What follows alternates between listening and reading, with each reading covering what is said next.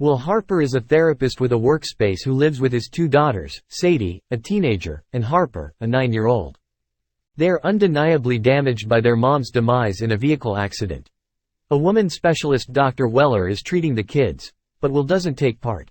One day, a disc-filled man named Lester Billings appears voluntarily office and requests a meeting.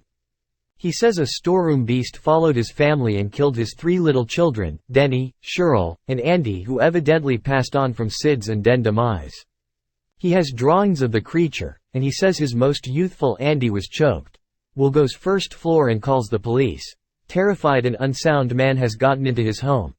Sadie shows up sooner than expected after her companion Bethany brought stood-up Natalie around her in school, and Natalie said a few cruel comments and in a pushing match, unintentionally dirty her mom's dress which she is wearing. Sadie hears clamors. Lester is tracked down draping by the neck in a storage room. Sawyer gets back from school as emergency vehicle takes his body away, but now the boogeyman is following Will's loved ones. Sawyer is quick to see it crawling at night. And when Sadie puts a string around Sawyer's free tooth and binds it to a way to yank it out, the entryway swings opens without anyone else and takes the young lady's tooth off.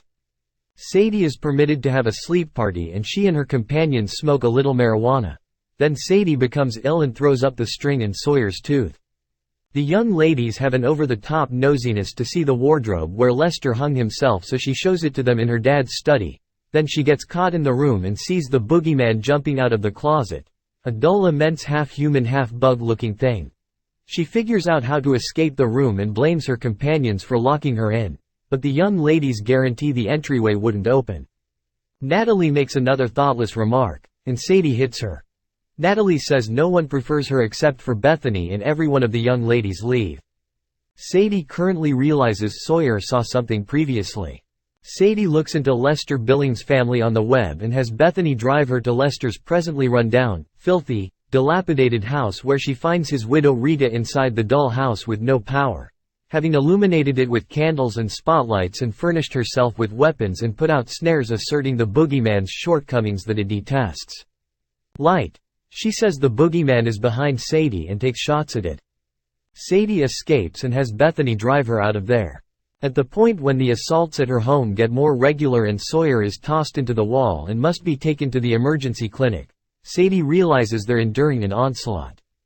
Her dad thinks Sawyer is showing this in her brain since they haven't managed their mom's passing.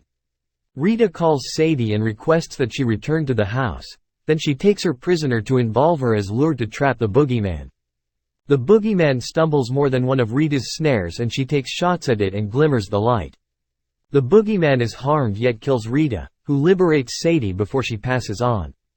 Meanwhile, Will brings Sawyer back home and they are gone after by the boogeyman. Sadie returns home and finds Sawyer secured the bedroom, surrounded by flickering Christmas lights to avert the boogeyman.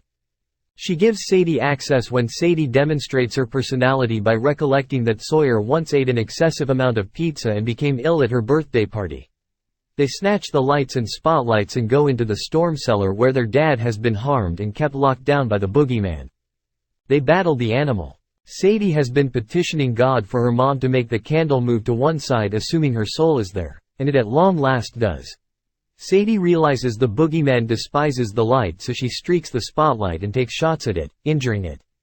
She realizes it very well may be harmed in light of the fact that Rita injured it back in the house, yet the spotlight battery goes out. However, with Sawyer's help, Sadie finds gas cans and a flamethrower from the cellar and figures out how to char the thing.